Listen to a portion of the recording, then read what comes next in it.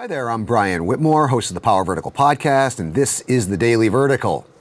So isn't it funny how all of a sudden everybody's talking about Crimea as if it were Russian territory, and not as if it were territory that Russia illegally and forcefully annexed from Ukraine?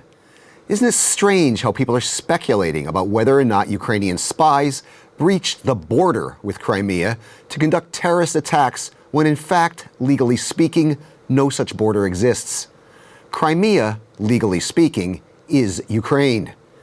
And isn't it odd that we're having another he said, she said debate about the details of one alleged incident and forgetting about the larger reality? Of course not. The Kremlin tricks us into doing this all the time.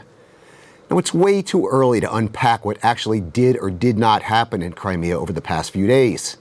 And to put it mildly, I'm more than a bit skeptical of Moscow's official version that the FSB foiled a terrorist attack that Ukrainian agents were attempting to launch on the Russian-occupied peninsula. There's scant evidence of this so far, other than the statements of Russian officials and the accounts posted by pro-Russian bloggers online. And the Kremlin regime's long track record of making things like this up out of whole cloth makes one reluctant to give it the benefit of the doubt. But one thing is clear as day. Vladimir Putin's regime now has all of us talking about Crimea exactly the way they want us to. And that may have been the point all along.